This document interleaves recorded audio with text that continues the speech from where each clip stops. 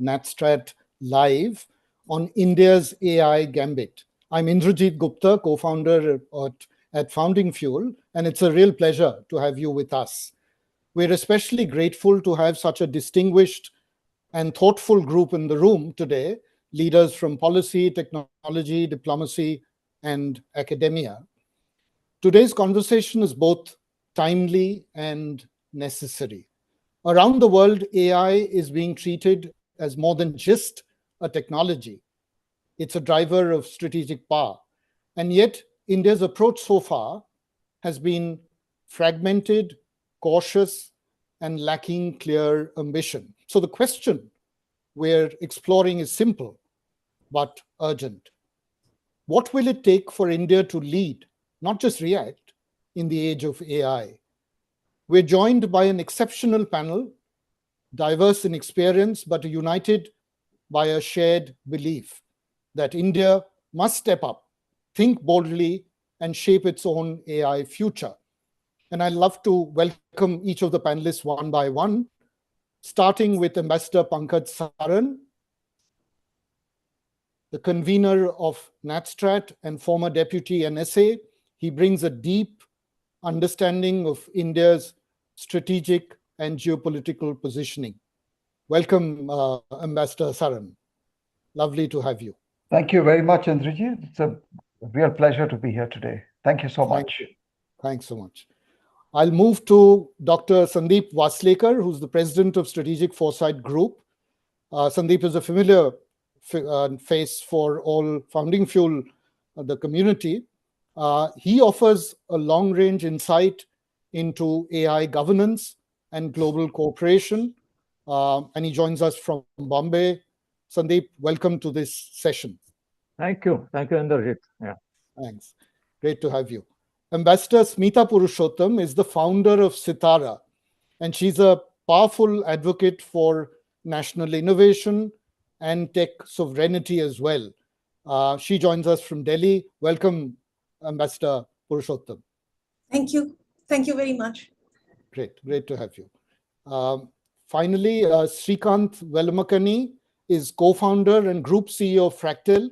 He's among the most articulate voices on AI from the business and technology front lines.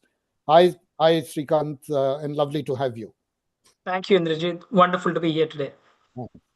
And finally, chairing the conversation is none other than Professor Rishikesha Krishnan, director of IIM Bangalore, a very dear friend of Founding Fuel, and a very widely respected voice on innovation and institution building in India. Before we begin, a quick note. So welcome, Rishi, and thanks for doing this. Thank you. Before we begin, a quick note on housekeeping. We've kept aside time for audience interaction. So as the discussion unfolds, please feel free to drop your questions into the Zoom chat below. You'll find the button on chat. My colleague, our Founding Fuel co-founder, Charles Assisi, who is anchoring the chat, he and I will keep an eye on the questions that you put up, and I will bring in a few when Rishi pauses for audience interaction. So with that, it's over to you, Professor Rishi. Yeah, thank you, Indrajit. It's great to be a part of this very, very important discussion today. And a warm welcome to all the panelists. So if I just look back at how AI has evolved over time, at least when I first heard about the resurgence of AI a few years ago, I thought it was just yet another development in the evolution of improvements in efficiency and productivity. It seemed to be another important landmark, but not something earth-shaking in the whole evolution that we have seen since the Industrial Revolution. And indeed, the early years of AI did seem so. A lot of the use cases that we were listening to or hearing about seemed to be more in terms of driving efficiency and maybe some product improvements and things like that. But what we can see has happened in the last few years is a change in the nature of the conversation itself. AI has become, it appears, more of a sort of fundamental technological force and something that many countries are now looking at as an important part of their arsenal, so to say. And it's certainly become one of the most critical technologies that countries are looking at as part of their strategic leadership and dominance. So that, I think, is something one sees before one's eyes. And the question which then arises is an obvious one for us here in India. What should India's response to this be? India, of course, has been a tech leader in its own right in certain parts of the IT services industry. Of course, we've also done interesting and important stuff in things like digital payments. But I think it's fair to say that India has missed several technology buses in the past. And there could be a concern, as IG just mentioned, that we might miss this technology bus as well. So how critical is this? Should India really be doing something much more audacious in this area? What are the options open before the country? These are some of the questions we will be discussing with the panelists today. So essentially, we're going to deal with this in three passages. We are first going to understand how critical AI really is and what are some countries doing to push leadership in this particular area. The second question we'll ask is, where does India stand? Is our focus on applications really going to be the way we're going to deal with AI in the future, or are there other things happening? So we'll take a kind of status check at the second phase. And in the third pasture of this discussion, we'll essentially ask some questions about what should India be doing in the future, given whatever we will hear from the panelists in the first two pastures. So that's broadly the way we will address this issue today. And let's jump straight in. Let's have a look at just the criticality and importance of AI. And let me start with Pankaj. Pankaj, if I may just ask you, for example, what's your sense of the kind of importance countries like the US and China are giving to AI? And what are they really doing to push leadership in this area, and how important is it? Thank you, Rishi, for putting this question. I think it's now clear that we had the DeepSeek moment early this year, just on the advent of President Trump, and that really shook the whole world, rightly called the Sputnik moment. I think people said that we are entering the AI age. I think what the DeepSeek and other events have shown is that it's not as if we are entering, that we have entered. And I think it's clear that even till a few years ago, with the CHIPS Act and everything else, the United States had understood that AI is going to be the future defining technology when it comes to global strategic supremacy. So I think it's quite clear that we are facing a binary configuration of these two technology powers that are entering the race of the kind that we saw during the space and the nuclear era or the internet era. The new player and the new kid on the block this time around for this particular technology is China. So it's going to lead to all kinds of consequences in terms of the nature of the competition between these two giants, the scale, whether they converge, whether they confront.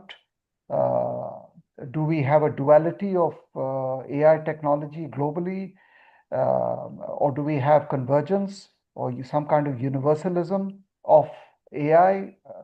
Also, of course, there is another bigger fault line, which is the application part, the civil application, or the weaponization or the militarization of AI technology.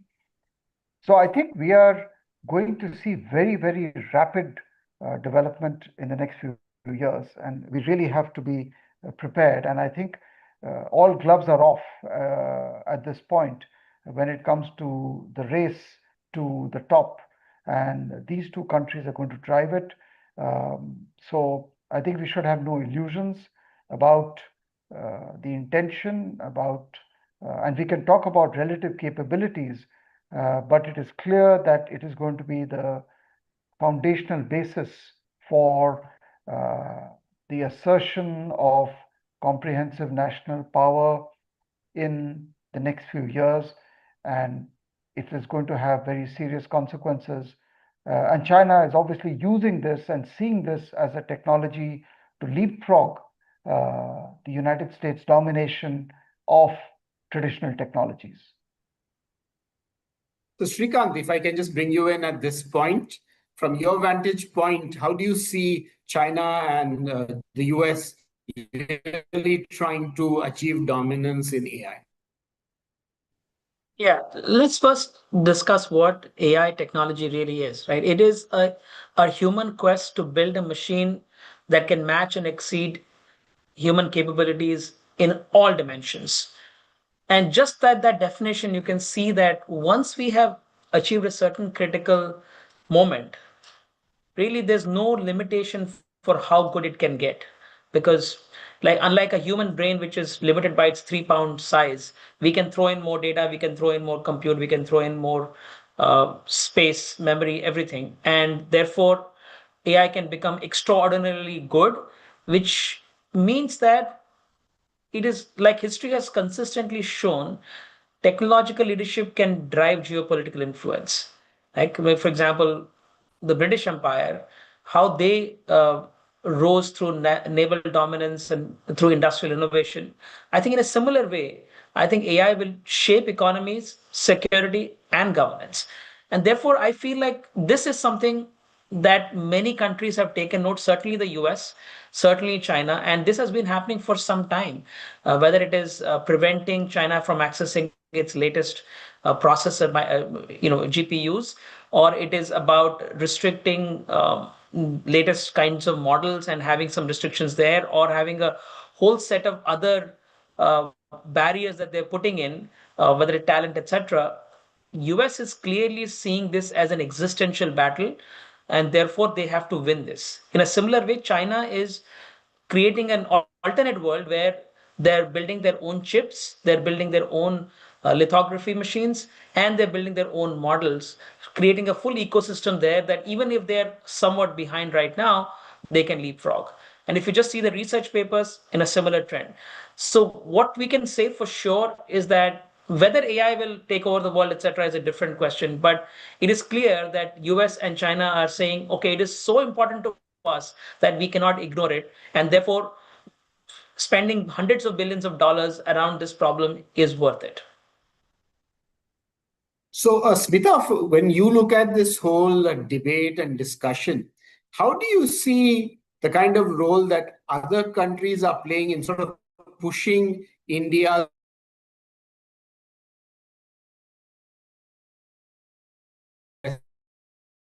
I lost you in between. I can't hear you.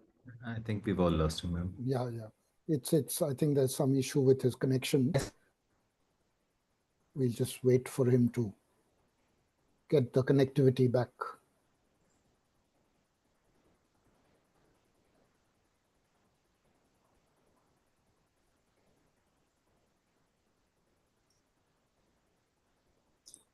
If you can please repeat the question. Yeah, he's. I think still. Yeah, go ahead, Rishi. Yeah, I'll repeat the question. So the question was essentially trying to understand how other countries are trying to nudge India's response to this whole AI revolution. Do you get the sense that people are quite happy if we just sort of continue to talk about applications and don't get into this race? Or how are other countries looking at us in this whole AI debate? By other countries, you mean the US and China, or US, China, maybe some of the other permanent members of the Security Council, maybe France, UK, countries like that? I mean, well,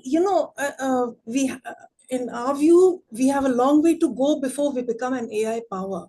We haven't built either the compute hardware capabilities, and we have allowed our complete data ecosystem to be pillaged by big tech. Our DigiLocker. I mean, data is really the foundation of AI, right? I mean, the training models, they've all received their data from around the world, and while China has managed to firewall itself from big tech and the global internet, it has its own applications and its own entire own ecosystem. We have allowed our data We have allowed free access to our data. We have a policy not to do that, but our data protection laws are very weak. They don't extend to, for example, non-personal data. And DigiLocker is on a foreign cloud. We found that a huge part of our logistics, the ones that we were investigating, is on Google. And as you know, I mean, there are plentiful articles talking about how Google is now infiltrated by CIA. Now, Google has also now taken over Wiz, the Israeli company, which has been preparing, AI driven data packages, which prepare so-called kill lists. So when this kind of thing is, when this kind of company is taken over by a major provider like Google, whom we all use, can you imagine the kind of global scale that this profiling and this data gathering is going to reach? And it's very inimical to our national security, because if you just look at a few recent examples, in both Iran and Ukraine, identical modus vivendi was followed, but the data was all picked from within their countries. So we have to now proceed in a direction where people start taking us seriously. And for that, we have to build our capabilities. And on this, two of the participants in this, Parminderjeet Singh and Ayonam Ray from SITARA, have contributed some excellent suggestions that we've conveyed to our government. One is a full action plan on how to protect digital sovereignty. And the other is how to create a sovereign compute stack. And really, these are the two foundational pillars for a proper AI, a sovereign AI, which we feel is an absolute necessity for India, not because we want to also go along the path of militarization, which the other countries have followed. Because, we keep talking about scary AI, but we're teaching it to be scary. We're teaching it to kill. Why would it not follow our orders? And why should we be surprised if it turns against us also? So this is very briefly, our take on this issue. Thank you so much for having me here. Sure. Thank you, Smita. Sandeep, if I can bring you in at this point, we'd just like to understand, where do other countries in this whole game? For example, we know South Korea is a kind of emerging tech power. We know we have countries like South Africa and Brazil who are our compatriots in an alliance like BRICS. And, of course, you have other countries like even the UAE and so on, which are talking about AI in a big way. So how do you see this broader landscape of AI panning out right now? I think you're on mute, Sunny. Yeah. Thank you. Thank you, Rishi. My video is off now. Okay, it's okay now? Yeah. So thank you. Go ahead. Yeah. Now, I will look at your questions at two levels. One is the technology and the second is policy. Now, in terms of technology, a lot of people in India think that ChatGPT, Grok, DeepSeek are high levels of AI achievements. Actually, if you look at the map of the AI models all over the world, ChatGPT and DeepSeek, which is DeepSeek V2, which was released last year, they are not even amongst the top 15 AI models. They are medium level AI models. They are not very low level, but they are medium level AI models. And we think they are something like big. We talk about DeepSeek movement, but DeepSeek is an old story. DeepSeek is already behind the curve. It's already gone. It's an old story. That is DeepSeek V2. I'll come to other DeepSeek in a minute. So where the world is moving now is, for example, AutoML 0. AutoML 0 doesn't require much of data. You think that AI is driven by data, but AutoML 0 works without much data. It works on the basis of calculations. You have AI co-scientist also by Google. You have AlphaFold by DeepMind. Now, these models are not aiming to serve the industry or agriculture.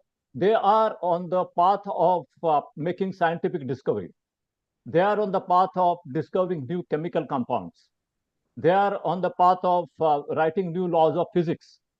So the top models of AI, which are way above ChatGPT and others, are very much the big competition between the Americans and the Chinese is for the new scientific discovery and controlling the entire science and technology over the next 50 to 100 years.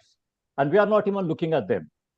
The, the adverse effect of this is that we are going to get into serious problems. So you have, for example, the new model of DeepSeek, which is DeepSeek R1. DeepSeek R1 is able to recreate itself. It will be able to bypass cyber defenses. Right now, NATO is very worried that its early warning system informing the nuclear weapons may get compromised. And they're not saying by whom, but if you see what's happening in DeepSeek and some of the models like R1 and beyond R1, NATO is really, really worried about AI triggering a nuclear war. You have some models which are able to give any terrorist sitting in Afghanistan or wherever, even in some village in India, a formula to create chemical weapons and biological weapons. This is not future. Yeah, Sandeep, sorry to interrupt. Already happened. One thing I was just trying to understand is a little bit from the national policy standpoint. These lot of other countries whom we might sometimes consider our tech competitors, or they're part of other so just to add to groupings with us and so on, like that, Korea, Brazil, etc. These are some of the Americans and Chinese, but you have Korea. South Korea has advanced quite a lot. UAE is leading in the AI policy. UAE has come up with G42 frontier risk framework, and therefore the US doesn't put restrictions on UAE while exporting GPUs. It puts restrictions on India because India doesn't believe in discussing frontier risk. So we will never get GPUs beyond a certain number because we are very shy of discussing frontier risk. Other countries like Brazil, Article 22 of their AI Act, South Korea, Article 35 of their AI Act, they are all discussing how to manage the risk. So the problem with Indian AI policy is it's made by MITI, and it's MITI and the Planning Commission, what's that, the Niti Aayog, and they are good intention. They want to use AI for social and economic development, but there is a whole national security angle, and I don't know if Pankaj would talk about it, but I don't know how much is National Security Council is involved in looking at some of the national security dimensions of the AI policy. And that's what Brazil is concerned about. Article 22, that's what South Korea is concerned about. Article 35, that's what UAE is working on. G42 frontier risk. That's what US and China, that's what Hiroshima principles, which is G7. So that's where the rest of the world is going. And we are really looking at it as a development project. Sure. So Srikanth, if I can bring you in at this point, I think one question people keep asking is, how fast is AI technology advancing? I mean, one is hearing about all this transition to agentic AI. Some people are talking about AGI, where you have artificial general intelligence. And there have been various estimates. You hear some of these founders in their talks, they all talk as though it's going to happen tomorrow, but then slightly more thoughtful people say maybe it's not going to happen tomorrow, but it's on the horizon. So, have we already lost the race? I think just going ahead too fast. Could you give us some idea of the pace of change in AI technology? Absolutely. So if you think back 2 years ago, 2023, we were in the world of pre-training. Like I think Sandeep also was mentioning, it was about building these large language models that can demonstrate a lot of knowledge, can summarize, can answer questions, really good stuff. But in the world of AI, it's like a high school kid, right, who has, let's say, read every book in the world and can answer questions very intelligently, but not very useful in the world, right? She or he doesn't have the maturity, can't do many things, many other things. Then in 2024, 2025, we had reasoning models like DeepSeek R1 that Sandeep mentioned, which is about that are called post-trained models. So you train a model, you do pre-training, then you post-train it, meaning that when you ask a question, it starts thinking. It can reflect on its own thinking. It can expose its own thinking process. It can take its own feedback and improve over time. So that's the 2024-25 progress is about reasoning models. So it's like moving from high school graduate to like a college graduate. Like that's the transition that's happened between 24 and 25.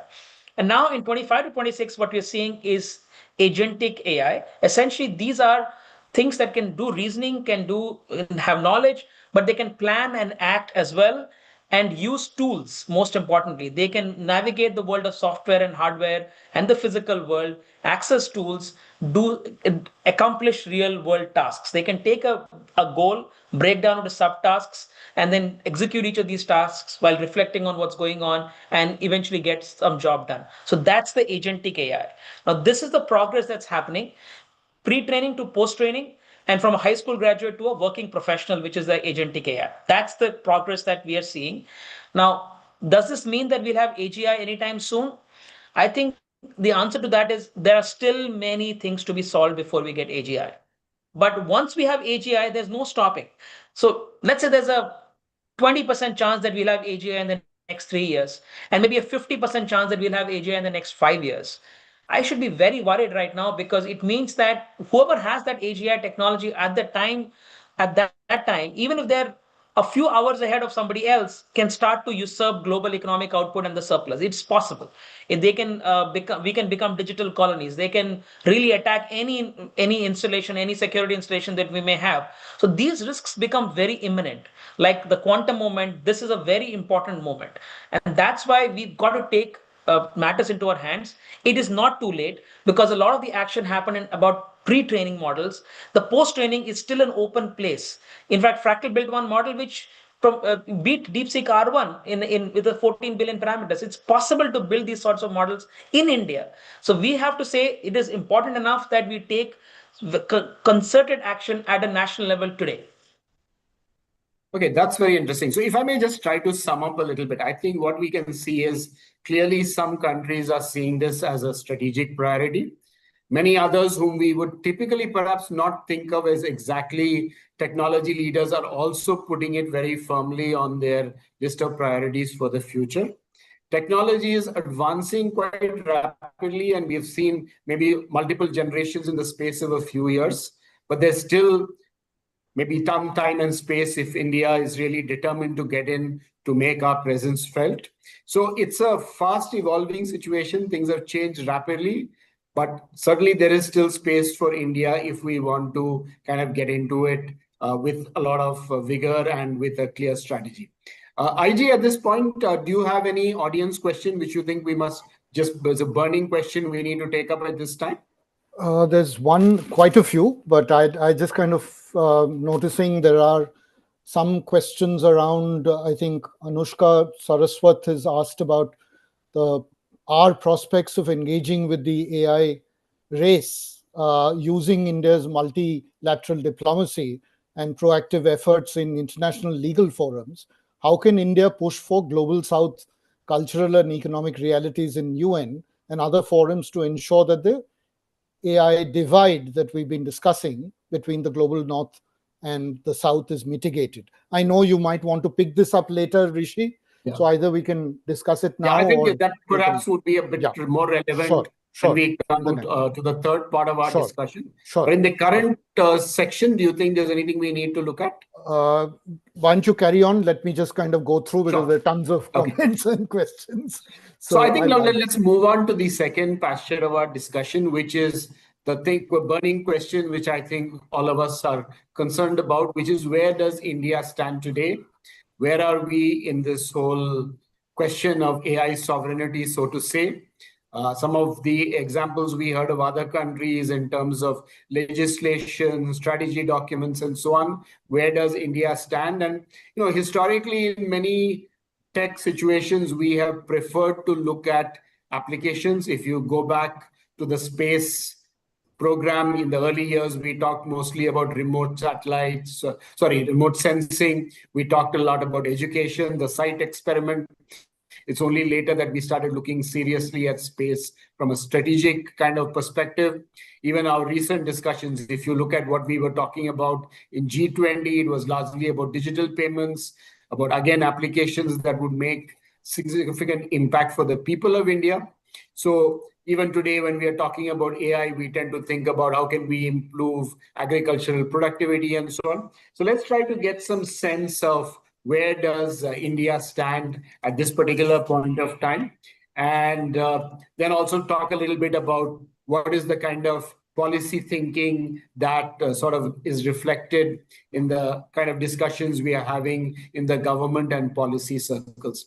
So if I can, Pankaj, if I could just come to you again at this point and just try to get some sense from you, particularly since you do interact quite a bit with policymakers in your various capacities. Where do you think India is today in this whole AI gambit? Yeah, thanks, Rishi. I think, if you look at the public pronouncements of, let's say, the Prime Minister in Paris, or the fact that we are going to host the next AI summit, what comes across is that our public posture is focused almost entirely on the socio-economic aspects and the applications. The national security dimensions are being underplayed, but that does not mean that there is a section in the government which is very, very worried, to answer Sandeep's point also, about the national security dimensions and implications of AI. I agree that we need to have more public articulation of the national security dimensions of AI when it comes to India's national security and strategic interests. That is essential not just for communicating to the rest of the world, but even to our own people.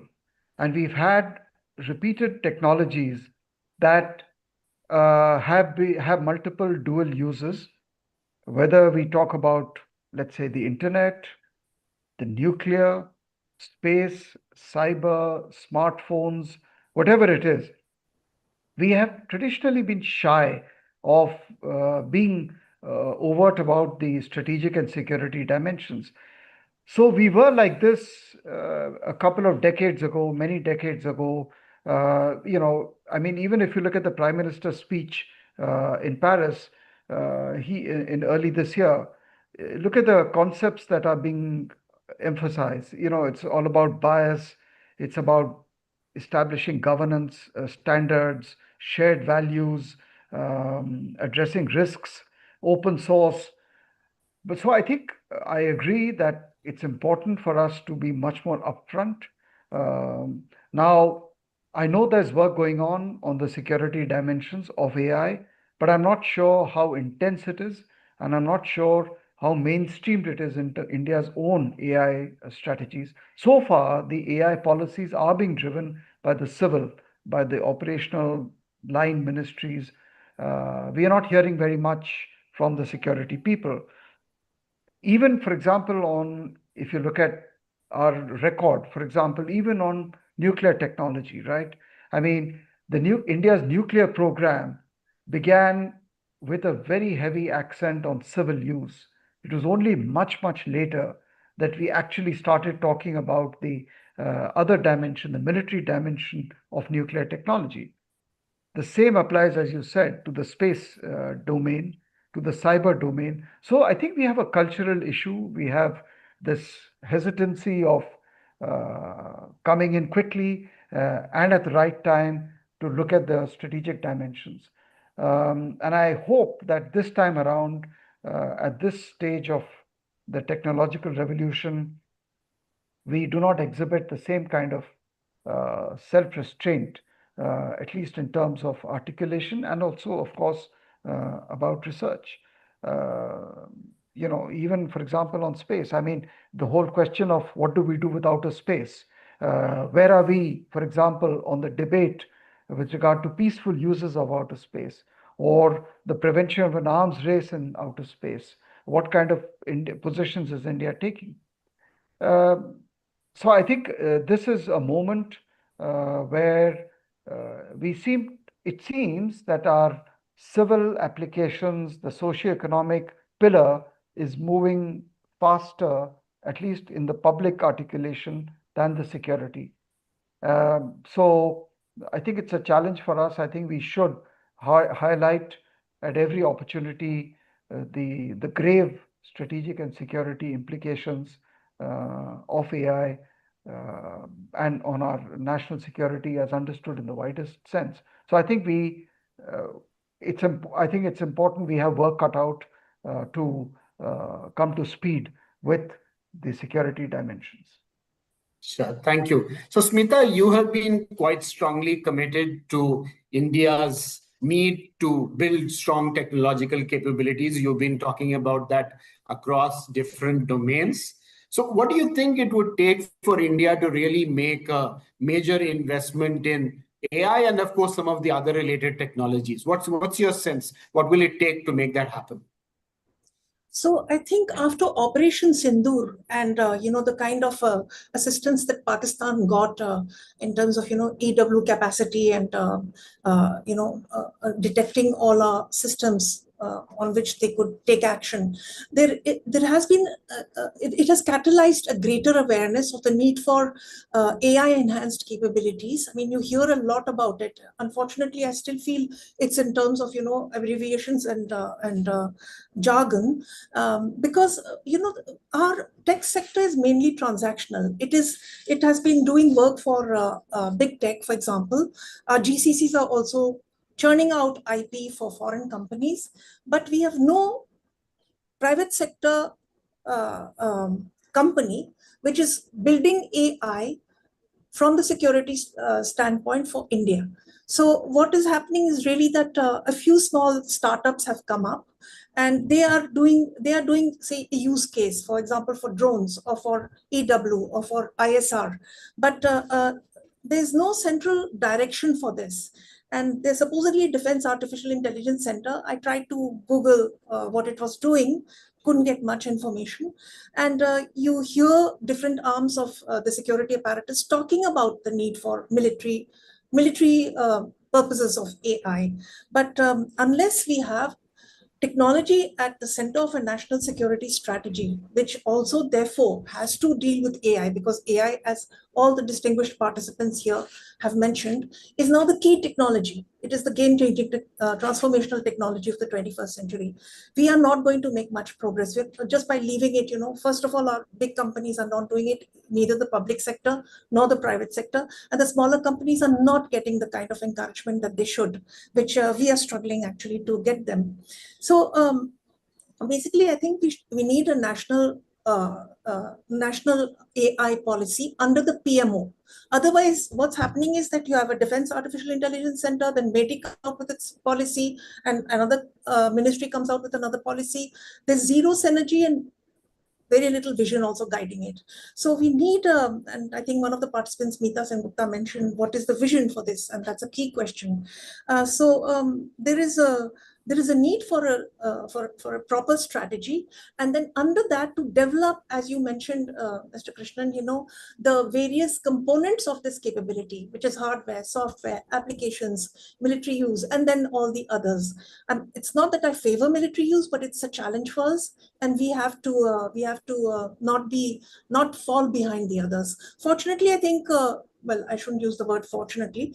The recent conflict has sharpened focus on this issue.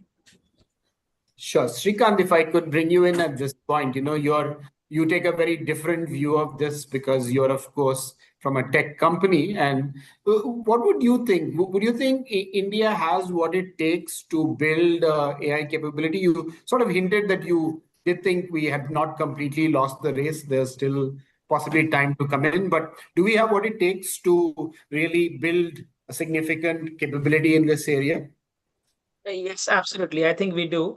First of all, I think I was just thinking about this the other day. Given that China is dark for all kinds of data, that means that really India is 1/4 of the world's digital exhaust today. 1/4 of that world's digital exhaust. So we have the data, massive amounts of data.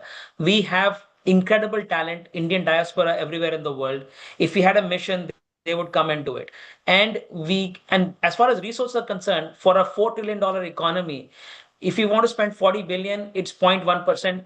and we can waste 0.1% even if nothing comes out of that. We are not wasting that money right now on AI. We must.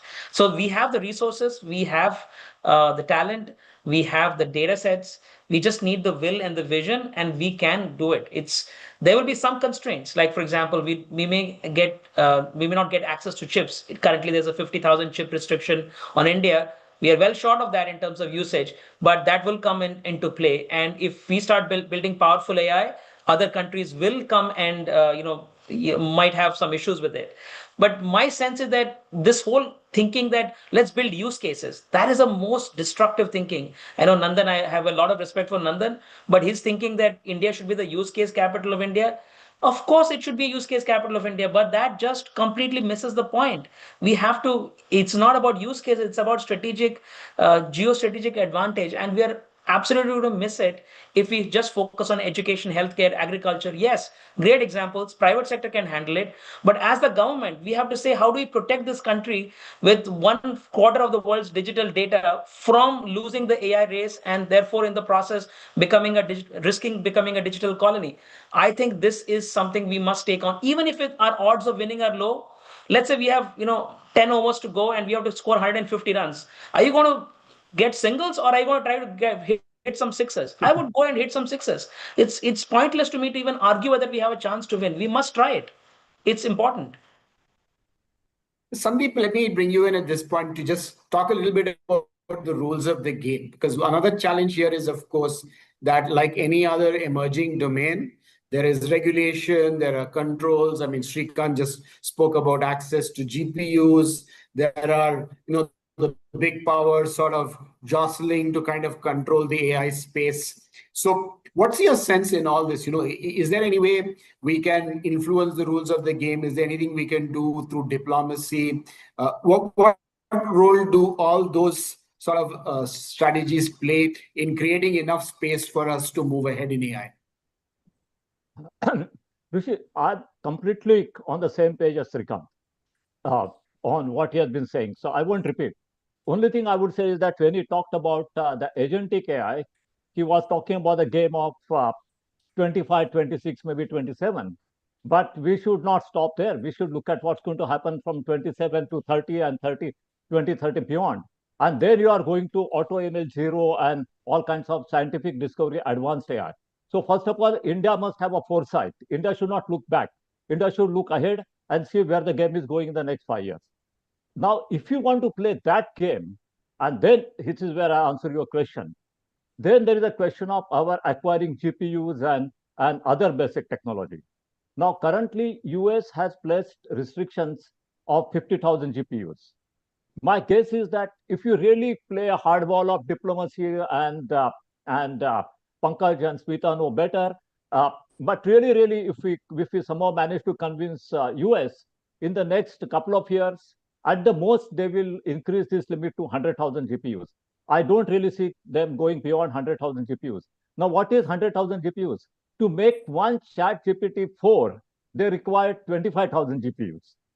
So just to give you an idea. But of course, the DeepSeek V2 was made with 5,000 GPUs. So if you want to make an early stage scientific AI, you can start with 4,000-5,000 GPUs. But if you want to increase the scope of that scientific AI, you need more than 100,000 GPUs.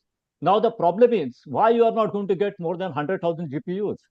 The problem is India is refusing to accept that there is a risk of AGI and that we need to work towards preventing that risk. And we are refusing to even acknowledge this risk and to play that game. It's exactly what happened with Nuclear Non-Proliferation Treaty. We were not upfront, and the rules were set up by five countries, and that is the danger India is facing. The biggest danger is that the NPT might get repeated.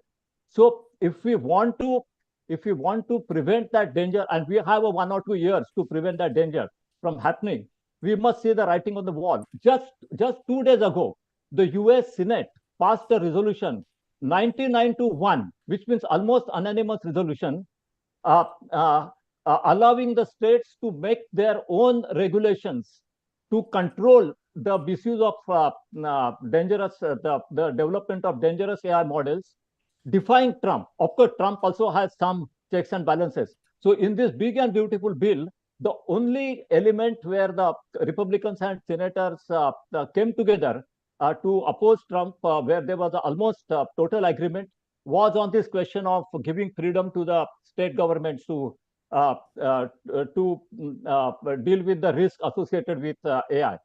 I said that Korea has introduced a law in the parliament, and in Korean parliament they are discussing the frontier risk posed by AI, and they have already passed a bill, Article 35 I mentioned. India is not even acknowledging. India is saying it in. India is hosting the next summit in February. In the last summit, India said, "Oh, there are no risks, and there is nothing to worry because human being is supreme, and human will never allow the machines to do anything mischievous." Now, unless India takes the bulls by horn and tries to propose terms to prevent the development of ultra autonomous models, to prevent the misuse of AI for the development of chemical weapons and biological weapons, and the misuse in the case of support systems of the nuclear weapons, we are going to be left out. And I'm really ringing an alarm bell here. So there is a lot of scope for diplomacy. The global south countries are willing to rally behind or rally with India. I wouldn't say rally behind, but rally with India. Your major economies like Brazil, South Korea, UAE, I was in South Africa last week, South Africa, they will all join hands with you. If you propose a global regime which is balanced, which on the one hand takes care of the development needs of the global south countries, and which on the other side tries to prevent risk coming with ultra automaticity, automatic AI, and also by the dangerous use of AI.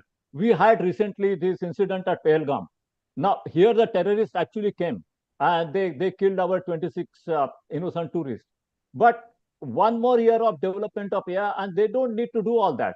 They can just open a laptop, they can open O3 plus model, and they can get a full formula for developing biological weapons. All they need is the material, and they can plant those biological weapons anywhere in the city of Mumbai or in Bangalore.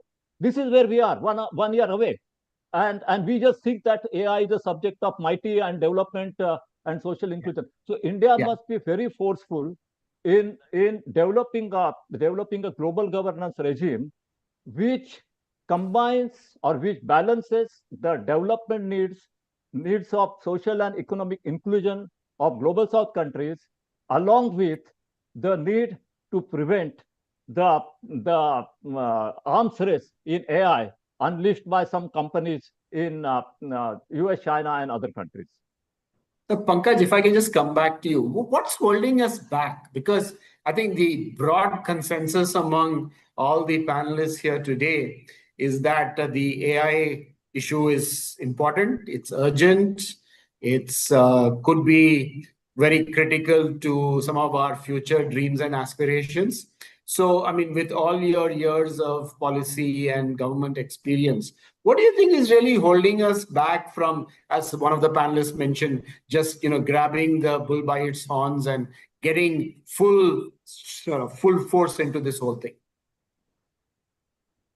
So it's both structural as well as, let me say, cultural. The fact is that so far the AI policy has been driven by the non-security part of the government. But it doesn't mean that the security part of the government is not doing anything about it. As I said, it's not visible, but it is being done. I think we have to organize ourselves better in terms of leveraging individual talent and in terms of putting in the money and the resources. So that's on the at the national level. I think I agree that we have to do much more and much faster to keep pace with the security risks which Sundeep has outlined. But I just want to come in a little bit on the international governance part of what he has said. yes, it is correct. We must have international governance, a framework, some kind of treaties. But if you look at the history of governance of technology internationally, the history shows that it has been more of failure than success. I mean, the most important example is on the nuclear side. I mean, you either have an unequal regime, or if you have a universal regime, then it doesn't work. So, for example, if you look at even two treaties like the Fissile Material Cutoff Treaty or the Comprehensive Test Ban Treaty, these were negotiated for years, but they would never have, even today, not come into force. So, even if you have the balance which Sandeep's talking about between the social and economic needs and the military risks, uh, it's very difficult to think of a treaty which actually has worked. And the second and the more important part is, how do you enforce an international treaty or an arrangement?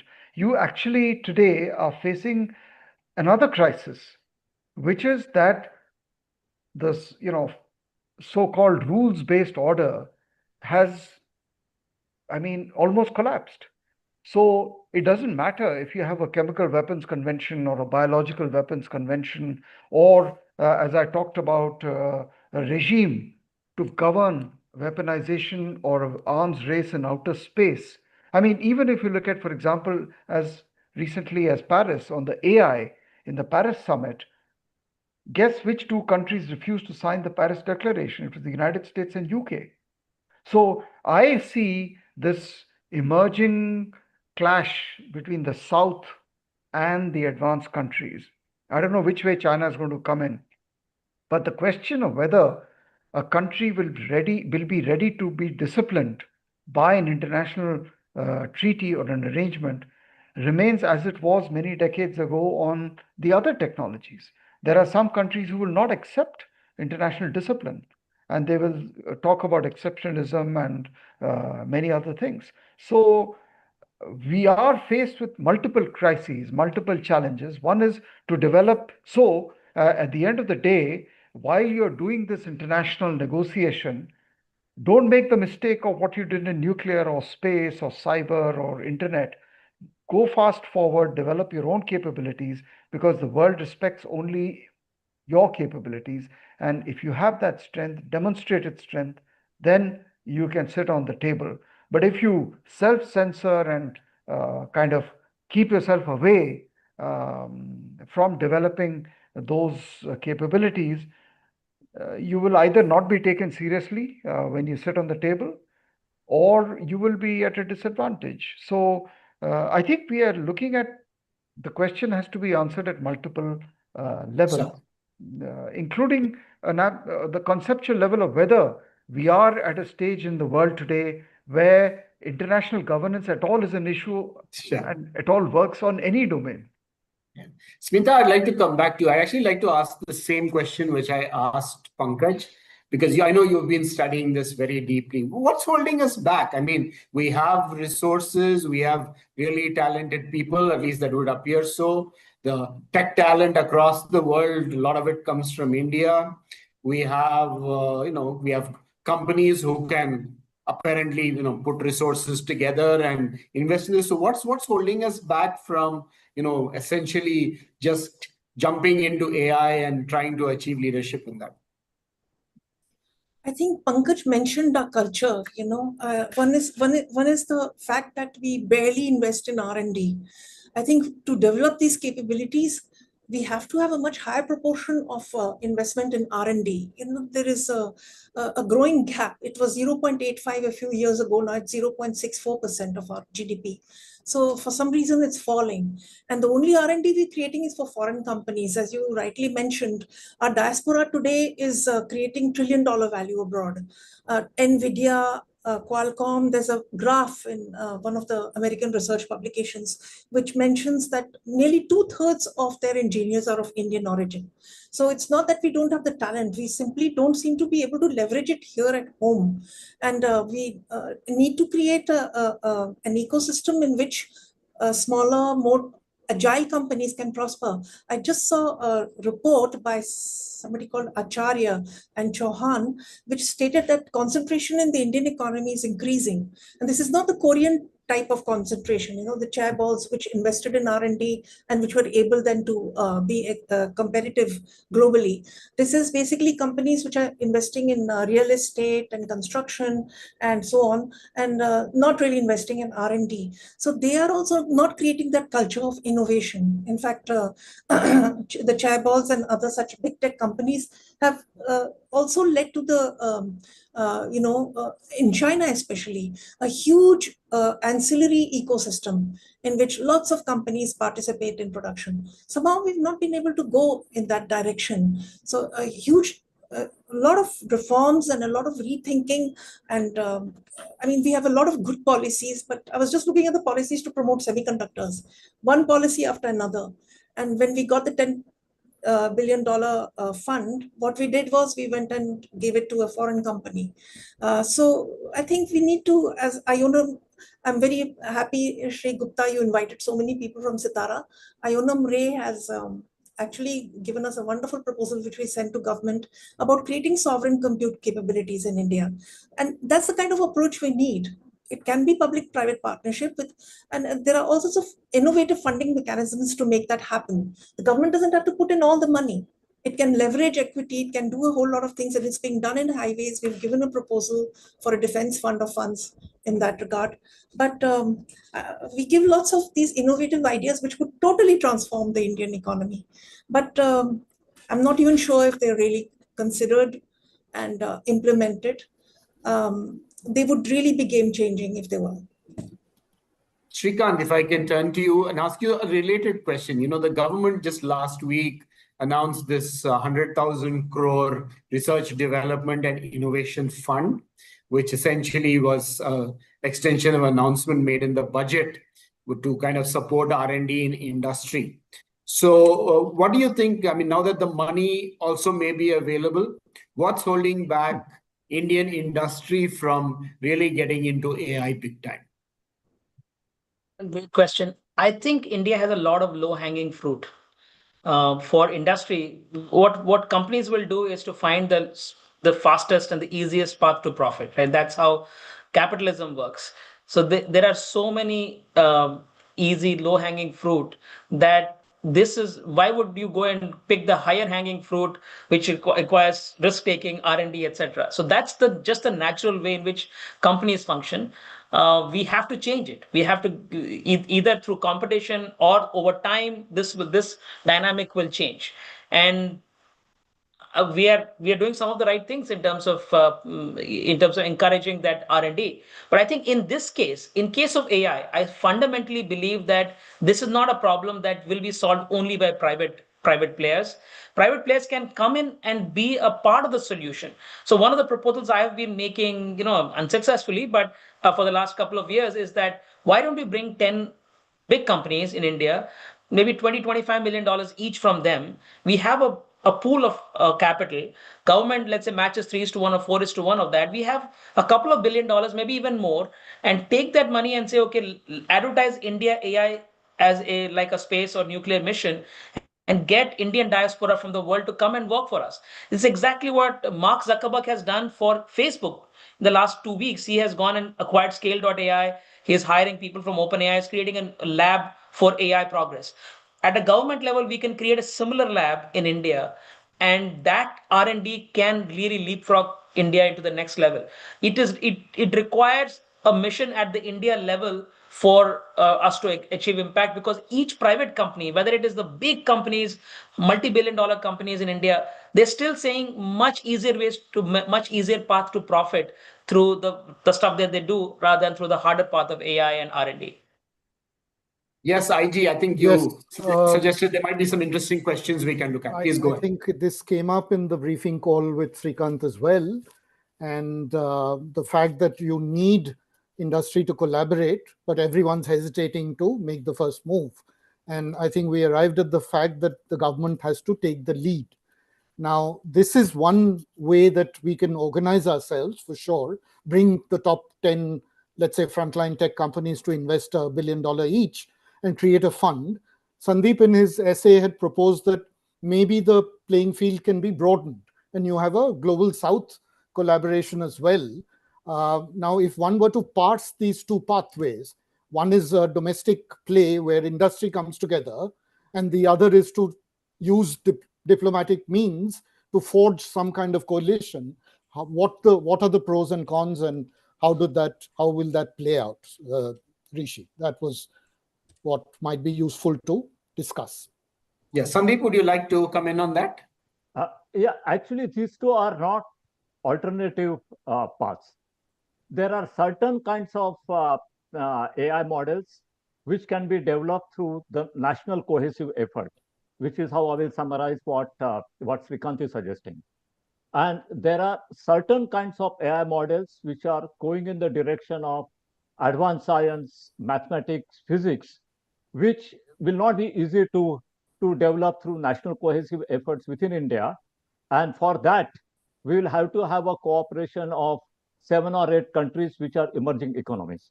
So you need both the paths for two different purposes, depending upon what is the purpose of the AI you are trying to develop. But there are a couple of practical things we can do in India.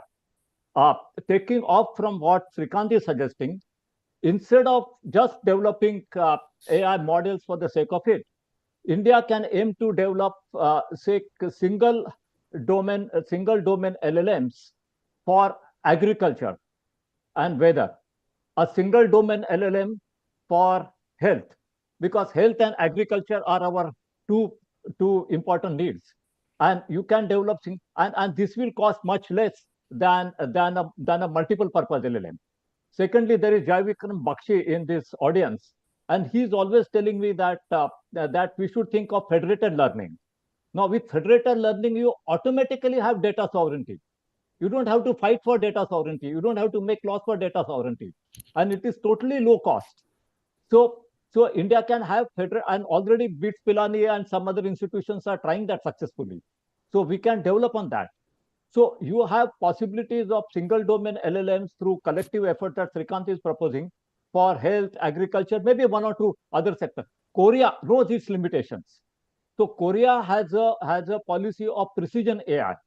So they have concentrated all their AI efforts in 3-4 sectors. So similarly, India can think of developing a precision AI. What's happening in India is that either we are just focused on user case, thinking like it's some kind of a great objective that we should be permanent servants of the Western and consumers and data suppliers and labor suppliers of Western companies. That is the psychology that let's be the AI plantation workers for next 500 years. Or we think that we need to develop our own local language LLMs. Now, but there are other solutions, and we have to do a proper mapping of these solutions.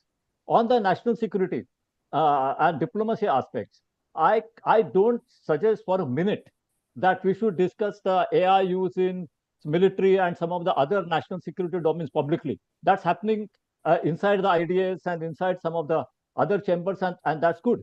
But the diplomacy part can be discussed publicly as to how India can drive certain agendas internationally. So we have to get our priorities right. Federated learning AI and a single domain AI for certain sectors within the country, scientific discovery AI with a coalition of global South, and they are all complementary. Yes, Srikanth, would you like to come in at this point and add a little bit to this debate? Yes. I first of all agree with Sandeep on many of the things he said. Just one thing I would like to clarify is that these paths are merging. It's not that the scientific discovery path and the foundation model path are two different paths. They're actually one and the same. They may have a different entry points. They're actually fully merging. Therefore, if you build incredibly good AI, it will do all of the above. And private players are best used for these kinds of verticalized application. See, if I'm a drug drug company, like a pharmaceutical company, I have incentive to create drug discovery AI and AI that can find new drugs. This already exists for me. I have a full way to leverage that finding. So these companies will take the latest AI models out there and verticalize it for their purpose, which is how an isomorphic labs from Google is coming, or others are going from that direction. So my sense is that we have to solve for one problem, which is how do you build the best AI models that take us towards AGI, and all of the paths that emerge from us will be taken up by the individual private players, and great companies and great applications will be built in that respect. So I'd like to just continue with this for a moment. So Smita, what do you think we need to do on the human resource front if we want to take up some of these technological challenges? Because that's going to be critical to any of these big tech challenges that loom before us. Any thoughts on that? I hope I don't sound utopian, because I did try this, but didn't succeed. But we have to change our educational system. It's catering to humanities, to the elites. We are not looking at, say, for example, the Swiss or German model, which is, vocational education. They do rigorous training for 4 years, and all the multimillionaires in Switzerland were from the vocational education background. So unless we inculcate a different type of education to our people, we're not going to create that kind of broad-based talent. Secondly, yes, I agree with one of the distinguished speakers who made the suggestion. I think it was Mr. Waslekar, or maybe Shrikant, sorry, I don't remember, who said that we should invite this talent back, create an enclave, create a special mission, and not just invite people. I mean, people who are here who are not going up, who won't go abroad because they have similar kind of emoluments and incentives to stay here. So we can, but that will require a national mission. It will require people overcoming, constraints like who gets more than a secretary's pay, which I believe was one of the reasons we didn't get Russian scientists in the 1990s, because nobody wanted to pay them more than than what the secretary grade was. So, and this I got from a very high level source, a former ambassador to Russia, Pankaj. You were there also, so you might know who it was.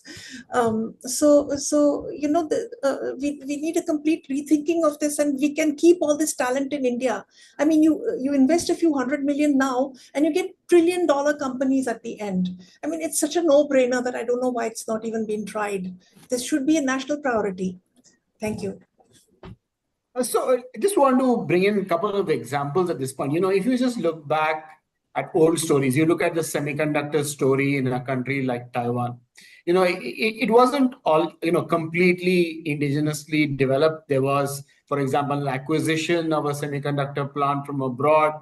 There was an effort to bring some critical talent who could build the ITRI, as it was called at that time, which was the tech institute which would drive the semiconductor industry. The founder of TSMC was among the early people who came back at that time and built the Taiwanese semiconductor industry. So there are a lot of strategic actions. It's not just about necessarily building local capability. Even if you take Samsung in memory chips, Samsung got into the business by first acquiring a sort of earlier generation plant in the US, bringing it back to Korea, building, learning. It's usually a process like that. I'm not saying that it's necessarily analogous in AI, but all I'm saying is that there are a whole lot of strategic actions which will be required, and not all of them are only about local development, but it's about looking at capability building as a whole.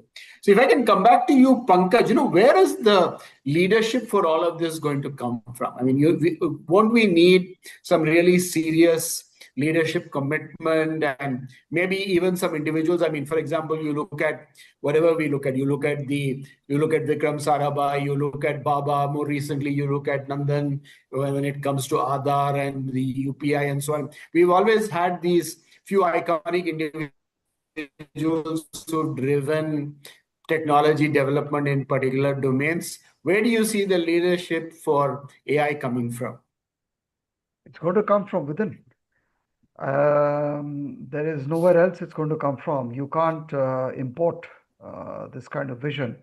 It has to be It has to come from inside. I mean, the question is whether it comes from a large private sector company or it comes from an anonymous small-time research visionary, but it has to come. I mean, I agree, of course, that you have to get back as much talent as you can.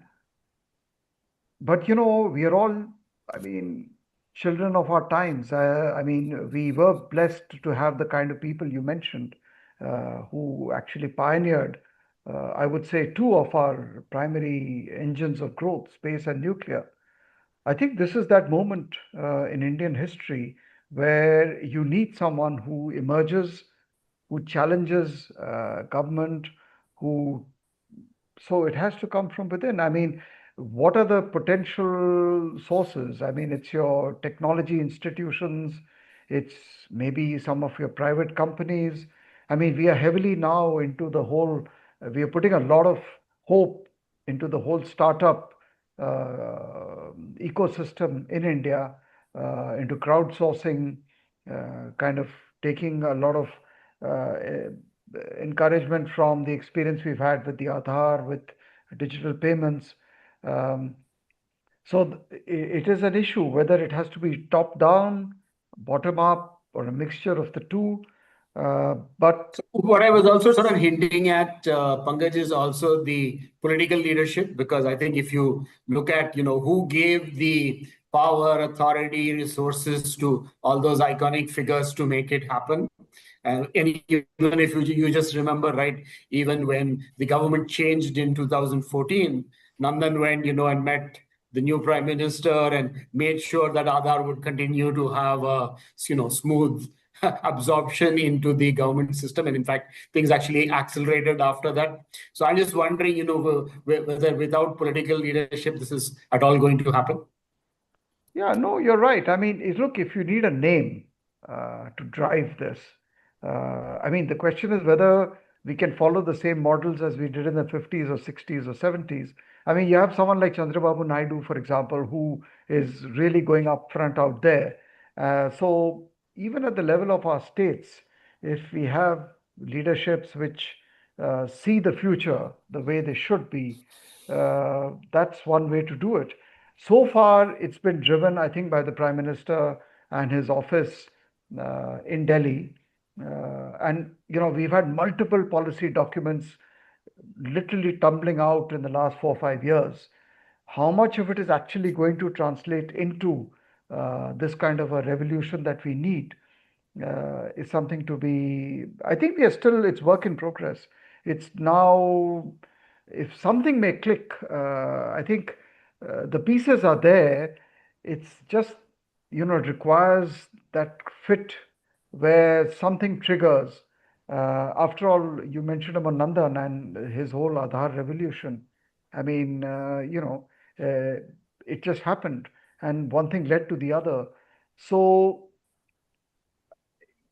the question of whether you can write it in a cabinet note, this kind of a thing, you can write the policy. So I think our policy is there, it's on paper, but you need the foot soldiers who will actually go out, roll up their sleeves and do it.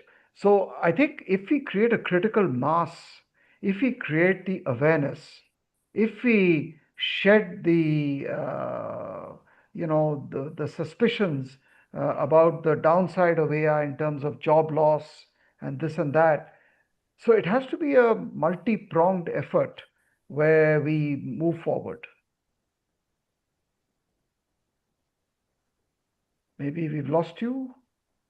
I think May I interrupt for a minute? Yeah, sure, please. Yes, Smita, please go ahead. Yeah, sure.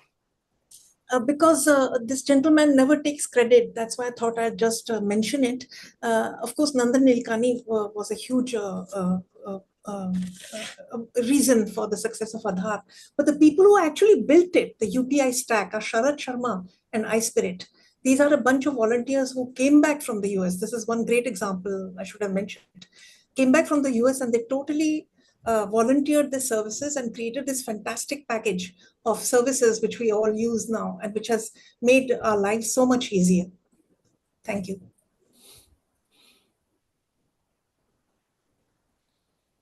So, Srikanth, I want to ask this leadership question to you as well. Do you see the leadership for making India an AI power emerging from the private sector? Did you ask whether the leadership? Sorry, I didn't hear your question. No, this is for Srikanth, Smita.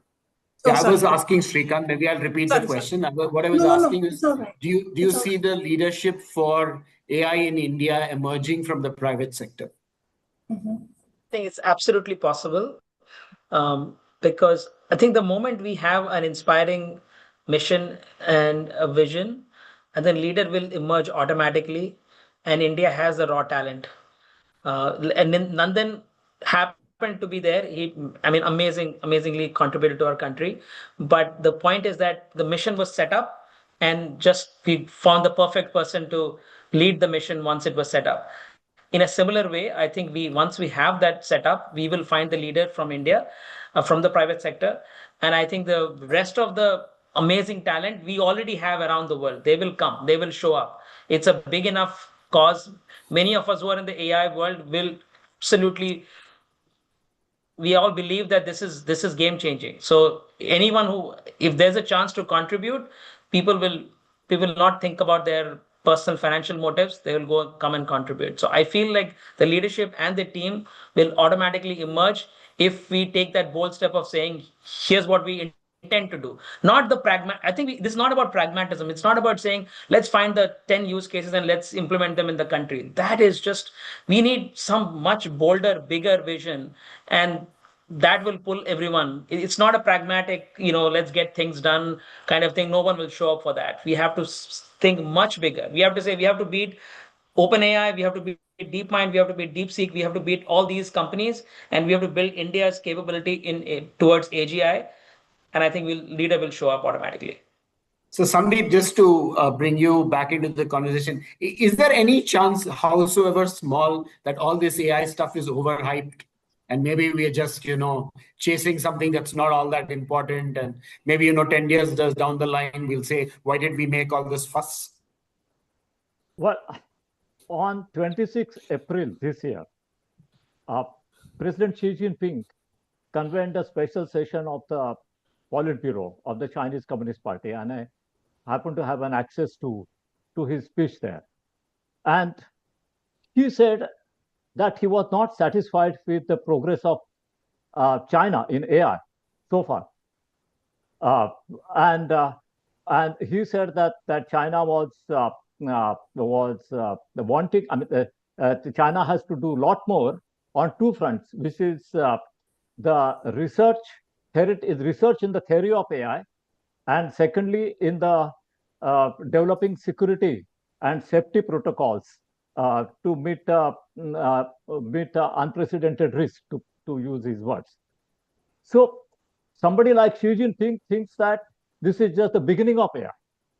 And he is trying to create an incentive for and appeal to the Chinese leaders that, well, what you have done so far is nothing, not all that much.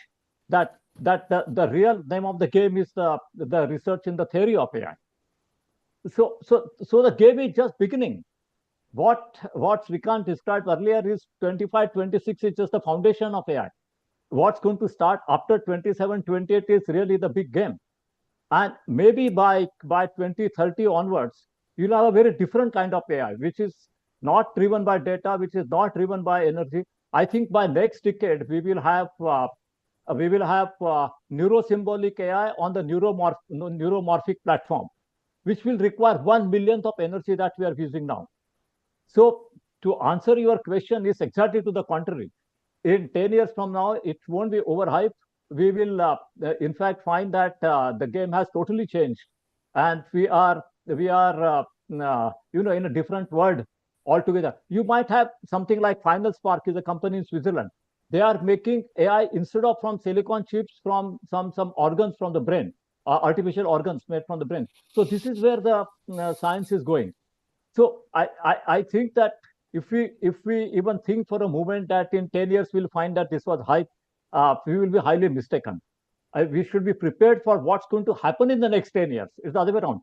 We should do some kind of scenario planning exercise on where the AI globally is going to go in technology and in policy from 2025 to 2035. And we won't excel in everything and we won't compete in everything. Then we should identify which is where we can concentrate our resources, and then go for a precision AI focused on that. And if we have to do that, we will have to signal to the world that we are ready to deal with safety, risk, and risk management issues. If we don't show our willingness to deal with big risk, nobody is going to take us seriously, and that's Shrikant, you had that's something? the Yes, path sorry. we have to go to. Yeah. Thank you. Shrikant, you had something to add there? Yes. So firstly, I'll say that I agree with Sandeep on everything. I believe that it is equally likely as he is saying. But let's for a minute look at the devil's advocate point of view. There were some researchers from Apple who recently published a paper called "The Illusion of Reasoning." So their idea was that all these reasoning models, so-called reasoning models, are not really good at reasoning. Especially they fail miserably when the size goes up a little bit. The size of the problem goes up a little bit. Then came the response from Claude people who said they published a new paper called Illusion of Reasoning, where they critiqued Apple's paper. And then there's a third paper which says illusion of reasoning. All of this has happened in the last 4 weeks. So there is a small chance that, or maybe a moderate chance that AI progress will stall. And some of the excitement that we are seeing today is really not playing out. This has happened before. The question is, what are the chances that something really big will happen? And if there was a 10% chance that an asteroid will hit planet Earth in the next 10 years, we would be planning today. And there's more than a 10% chance, probably a 50 to 60% chance that we'll have AGI in 5 years. So for that, we have to be prepared. There's no option. There is a possibility, but that's not what we are playing for. We are playing for that big risk that if we don't do anything, we would just become a digital colony in 10 years from now.